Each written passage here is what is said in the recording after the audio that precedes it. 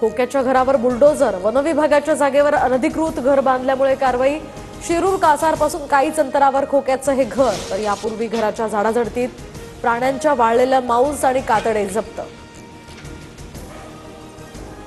खोक्या असो वा बोक्या, कुणालाही सोडणार नाही, सगळ्यांना ठोकणार, गृहमंत्री देवेंद्र फडणवीसांचा इशारा। तर सतीश भोसलेच्या घरावरील कारवाईनंतर त्यांची पहिली प्रतिक्रिया। बीड पोलीस सतीश भोसले उर्फ खोक्याला घेऊन प्रयागराजहून विमानानं रवाना, तर पुणे विमानतळावर दाखल होत बाय रोड बीडमध्ये येणार। खोक्यावर आतापर्यंत 3 गुन्ह्यांची नोंद।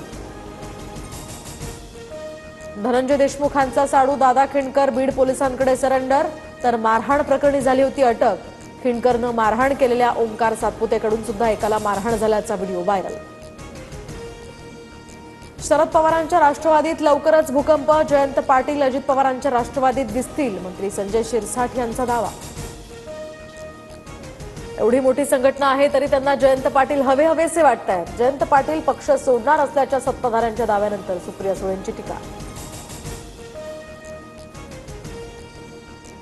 विधानसभेत प्रश्न लावण्यासाठी नेत्यांच्या एजंटकडून पैशाचा व्यवहार, मकोका अंतर्गत कारवाई करा, परिणय फुकेंची विधान परिषदेत मागणी।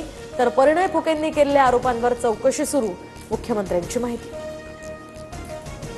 बीड पोलिसांच्या वर्दीवर आता फक्त स्वतःच्या नावाचा उल्लेख असणार, आडनावाचा उल्लेख काढणार।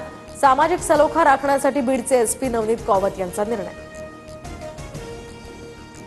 अमरावती विमानतळावरून हवाई उड्डाणाचा मार्ग आता मोकळा, विमानतळाला मिळाला डीजीसीआय कडून एरोड्रोमचा हा परवाना, तर 31 मार्चला पहिलं प्रवासी विमान झेप घेणार।